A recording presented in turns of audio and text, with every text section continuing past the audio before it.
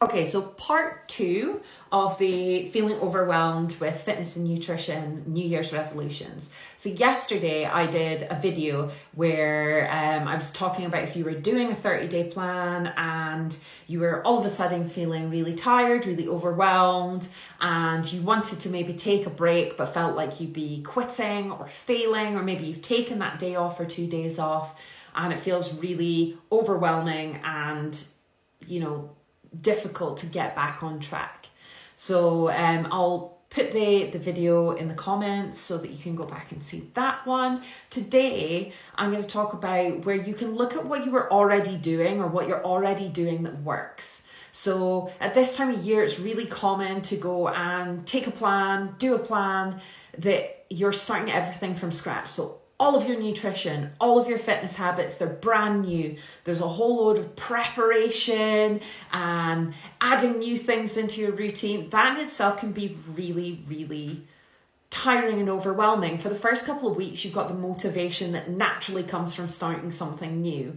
But when you get a couple of weeks in, so we're maybe about a week and a half in, it can start to get a little bit more like, oh, this is actually harder than I thought. So this is a good point, if that's where you're at, to sit and think, okay, what is going well?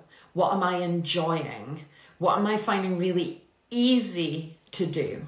And then making another list, what is really difficult and what is just completely disruptive and makes it really difficult for you to show up. And then with the two lists, you're looking at, particularly with the ones that are difficult, if and why they're difficult, and if and why you need to keep them. So if there's something that is going to be disruptive or something that you don't really enjoy or you have no interest in continuing, can you look and see if there's an alternative? Or is there something that you are already doing that would be a good replacement?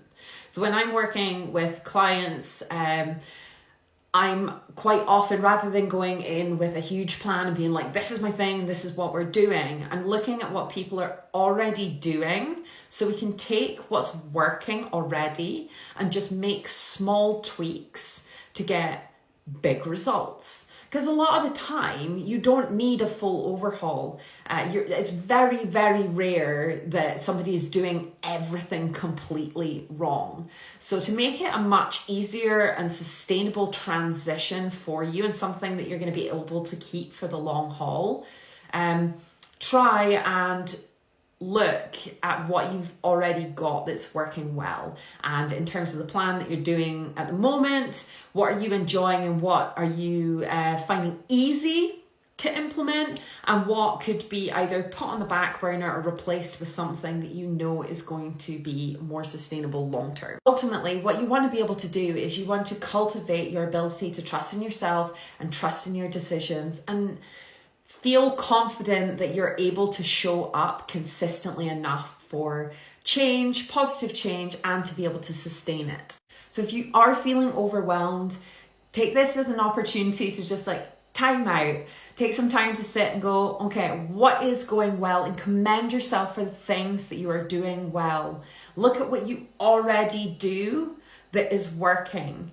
And if there's anything that is too difficult or you just can't seem to gel with it, then explore it, check in with it, ask yourself, is this something that I genuinely have to do, or is it something that I can replace?